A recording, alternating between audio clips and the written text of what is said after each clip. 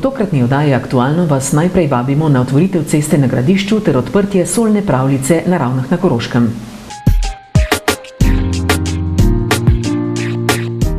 Spoštovane gradiščanke, spoštovani gradiščani, spoštovani župan mestne občine gospod Čas Andrej, spoštovani svetniki, svetnice, predsedniki vaških četrtnih skupnosti, lepo pozdravljeni ob današnjem dnevu, lahko rečem prazniku Gradišča, ker se poredko kdaj zgodi, da se lahko srečamo na dan, kjer imamo določene otvoritve. Danes lahko rečem, da imamo dan 3 v 1. Kaj mislim s tem? Tukaj mislim naše nove pridobitve, namreč gre za 3 projekte. Prvi projekt, katerega lahko rečemo, gre za varno pot. Pri vstopu v Gradišče smo v preteklosti pešci imeli problem, kako vstopiti varno v naš kraj, v naš prelepi kraj. Z to pridobitvijo lahko rečemo, da smo prikategorizirali tole cesto iz nevarne poti v varno pot. V tem trenutku govorim o pločniku iz smeri Most Barbara do Smolarja. Naš drugi projekt je preplastitev cestišča, prav tako od Mosta Barbare do Smolarja, in oba dva ta projekta sta se vršila istočasno. Vršila sta se v 3 etapah in prav toliko smo imeli tudi izvajalcev. Najprej je bil tukaj podjetje Brezovnik, potem je bilo podjetje Kuster, tako na koncu pa podjetje Kostman. Naša tretja pridobitev, ki jo bomo danes tudi svečano odprli, pa je vodovod v niže ležečem območju. Za ta projekt lahko tudi rečem, da smo ga nekako v 3 etapah postavljali. Prva in druga etapa se je delalo omrežje istočasno kot optika. Tretja etapa pa se je izvršila z črpalko, ki je locirana pri Čoderlu. Upam in želim se, da se naše gospodarstvo v Sloveniji dvigne. Vse je že skrajni čas in da naša občina, prav tako pa vaške skupnosti, četrtne skupnosti, oziroma vsa območja v naši občini pridobimo finančne sredstva, bodisi iz Evrope, bodisi iz države ali bodisi iz same občine, in da se bomo večkrat srečevali na podobnih srečanjih, kjer bomo odprli neke novitete, neke nove projekte. Vsekakor si želim, da bomo se zelo velikokrat v tem obdobju naslednjega našega mandata vseh nas skupaj zelo in še enkrat zelo velikokrat srečali na Gradišču. Da pa bo temu res tako, pa bom sedaj predal besedo županu, gospodu Času, ki upam, pa sej upanje umre ta zadnje, ne, da nam bo danes nekako palja obljubo, da se drugo leto ponovno vidimo na neki otvoritvi v našem kraju. Hvala.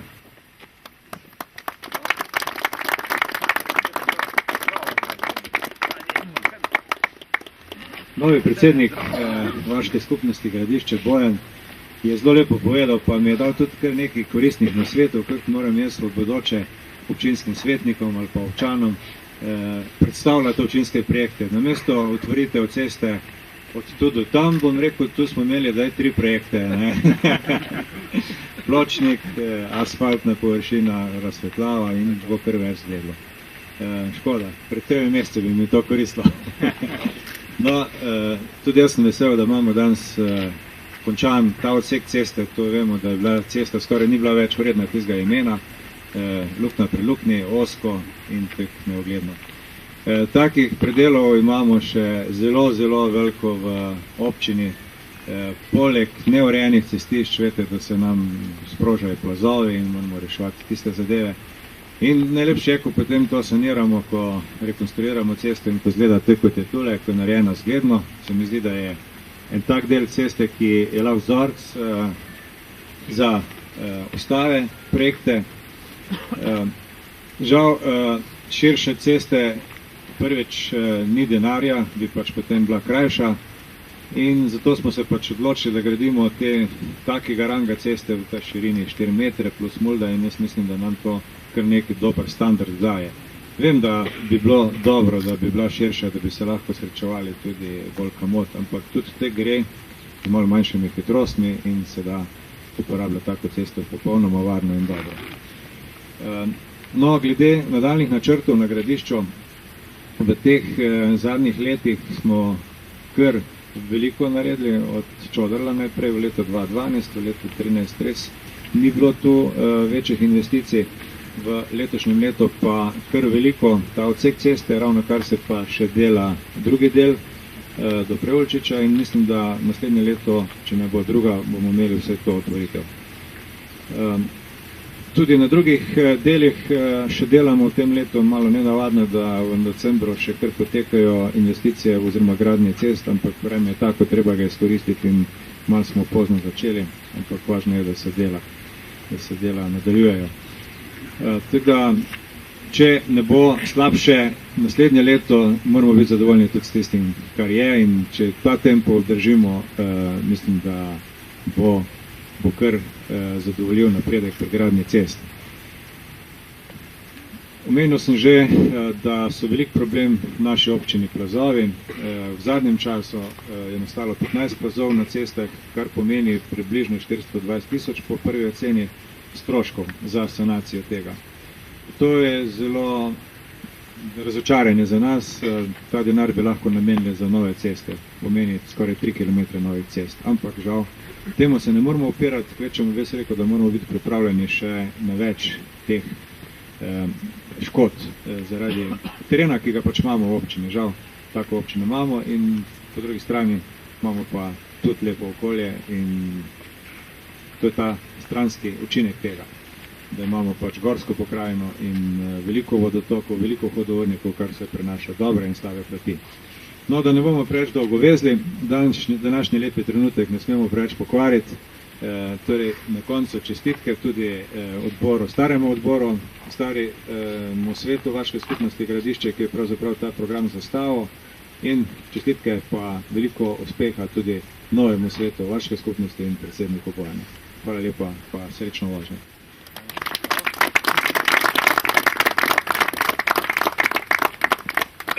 Da pa bo nekdo od zgoraj nas zmeri spremljal na tej varni poti, tako peš kot za avtomobilo, pa bo sedaj besedo prevzel slovenjgraški župnik, gospod Simon.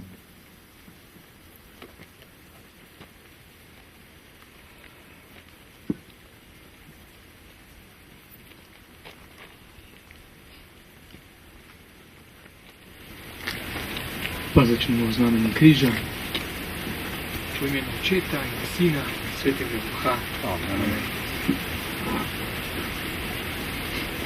Z moje strani lep pozdrav vsem, ki smo se tu zbrali. Prosimo res za blagoslov, naj cesta služi namenu, dobremu, ta pot. In Gospod z obiljem blagoslavlja. Mi smo že, oziroma septembrom ste stopili že nekako v ta čas leta, katerega stopamo mi čez 2 dni, ali ste prehitevali. Torej, čez 2 dni začnemo z adventom, je čas priprave, vi ste že štartali, danes pa že nekako tiho slavimo to veselje Božiča, zgodilo se je, veseli smo, pa da bi to veselje ne bilo zagrenjeno s čimerkoli, da bi se tu ne dogajale take ali drugačne nesreče, da bi ohranili pot, ki ni samo asfaltirana, ampak pot, ki vodi od enega soseda do drugega, da bi zaradi tega med nami tu ne nastale razprtije, ampak prijateljstva, bližina, pa končno, da bi ta pot lahko pomenila tudi Bog med nami, da prosimo za blagoslov. O Bog, v nobeni pokrajini nisi daleč od tistih, ki ti zvesto služijo in očetovsko braniš in varuješ tiste, ki vate zaupajo. Vse, ki bodo po tej cesti hodili ali se vozili, vodi svojo milostjo in spremljaj svojo roko. Varuj jih in brani pred vsemi nevarnostmi, da bodo mogli izpolniti, kar želijo in srečno priti, kamor so namenjeni. Po Kristusu našem Gospodu.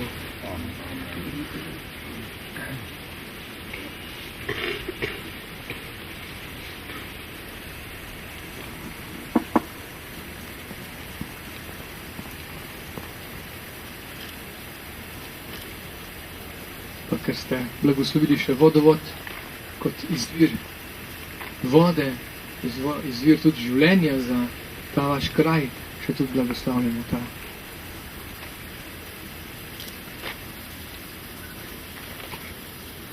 Dosežek pa bodimo tudi mi, tako drugega.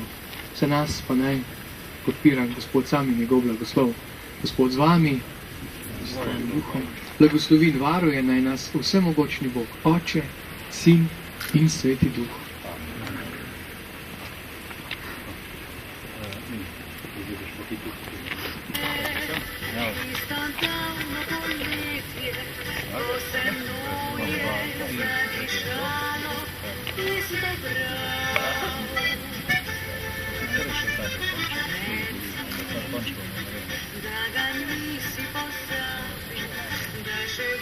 Malo ploskaj bo.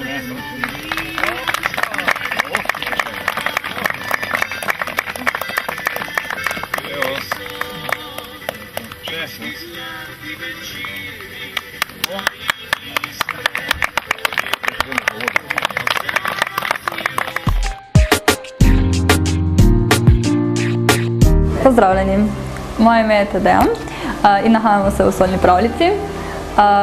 Tole je naša pravljica. Z današnjim dnem smo otvorili solno sobo na Janečah 1, to je v Dobi vasi na Ravnah in sicer nad pizzerijo Cosa Nostra. Solna terapija je način izboljšanja zdravja, dihalnih in kožnih bolezni z pomočjo vdihavanja in izpostavljanja telesa suhemu aerosolu naravne kamene soli v solnih sobah. To imenujemo haloterapija.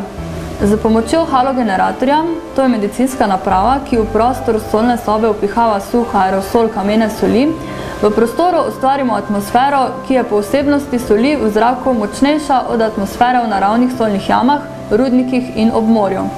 Suh aerosol soli ima odličen vpliv na sluznico dihalnih poti. Sluznica se okrepi in zaščiti telo pred virusi, bakterijami in drugimi dejavniki iz okolja, ki bremenijo naš imunski sistem. Zdrava sluznica je prvi korak do zdravih dihalnih poti. Ker ima sol dobro prodornost skozi kožo telesa, posledično zdravi poškodbe njenih površin.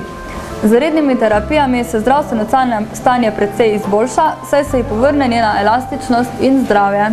Solne terapije še posebej ugodno vplivajo pri težavah, kot so astma, dolgotrajno vnetje gornjih dihal, kronične bolezni dihal, kronična vnetja grla, kronični sinusitis, bronhitis, pljučnica, kronična ali stalna vnetja ušes, pogoste viroze in virozne infekcije, potem alergije, vnetja kože, luskavica, artritis, kronična utrujenost oziroma slaba imunska odpornost. Priporočajo se tudi za sproščanje, za pomlajevanje, za odpravo celulita, rekreativnim in vrhunskim športnikom, pevcem pred in po nastopi, kadilcem za lažje premagovanje kašlja. Ločimo dve vrsti solnih terapij. Solna terapija za otroke od 1 leta pa tja do 12. leta starosti. Ta se izvaja v spremstvu staršev. Starši imajo tudi brezplačen vstop v solno sobo. Pri nas traja 30 minut. Število in frekventnost terapij pa je odvisna od tega, ali gre za dosego zdravilnega učinka ali zgolj za dvigovanje otrokovega imunskega sistema. Solna haloterapija za odrasle pa traja 40 minut, prav tako za otroke od 12. leta naprej.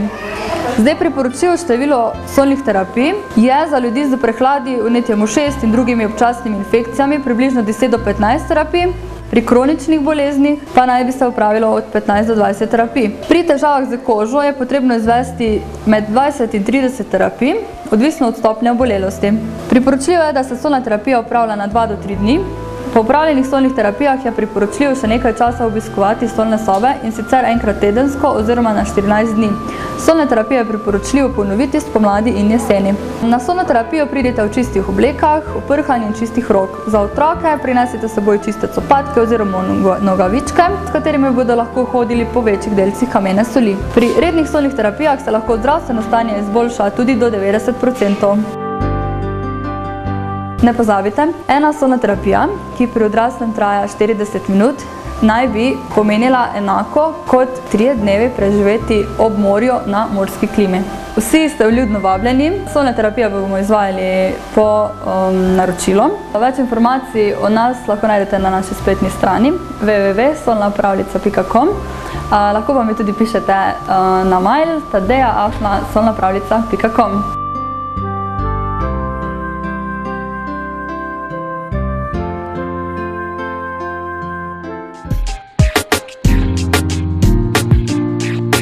Ta veseli dan kulture pa smo v sredo obeležili na 3 lokacijah, in sicer v muzeju in v rojstni hiši Huga Wolfa v Slovenj Gradcu, v muzeju v Radljah ob Dravi ter muzeju na Štauhariji na Ravnah na Koroškem, kjer je bila tudi naša ekipa.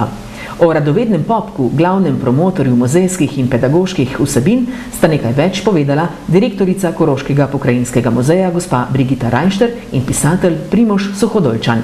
Ta veseli dan kulture je zapovedalo Ministrstvo za kulturo leta 2000, ko smo praznovali 200. obletnico rojstva našega največjega pesnika Franceta Prešerna, in od takrat vsako leto muzeji, galerije in druge kulturne inštitucije po Sloveniji odpiramo svoja vrata in vabimo obiskovalce, da nas obiščejo.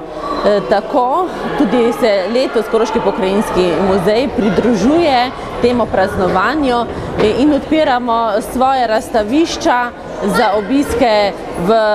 Tu smo zdaj v Štauhariji, v stari železarni na Ravnah. Na gradu na Ravnah si lahko obiskovalci pogledajo naše razstave.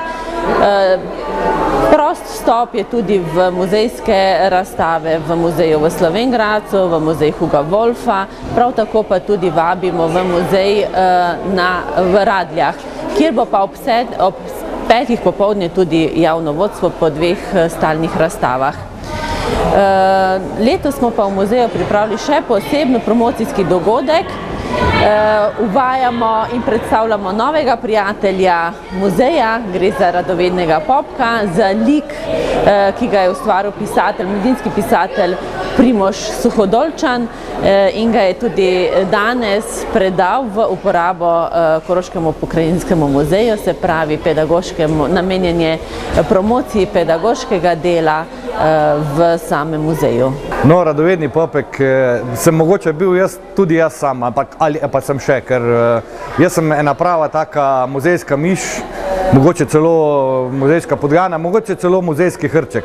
In mene je zanimalo ogromno stvari v življenju in še najbolj pa zgodovina, geografija, odkot smo prišli, kam gremo, in tudi ta popek je narejen zato, da bodo otroci in mladi mogoče spoznavali na drugačen način zgodovino in vse, kar se nam dogaja.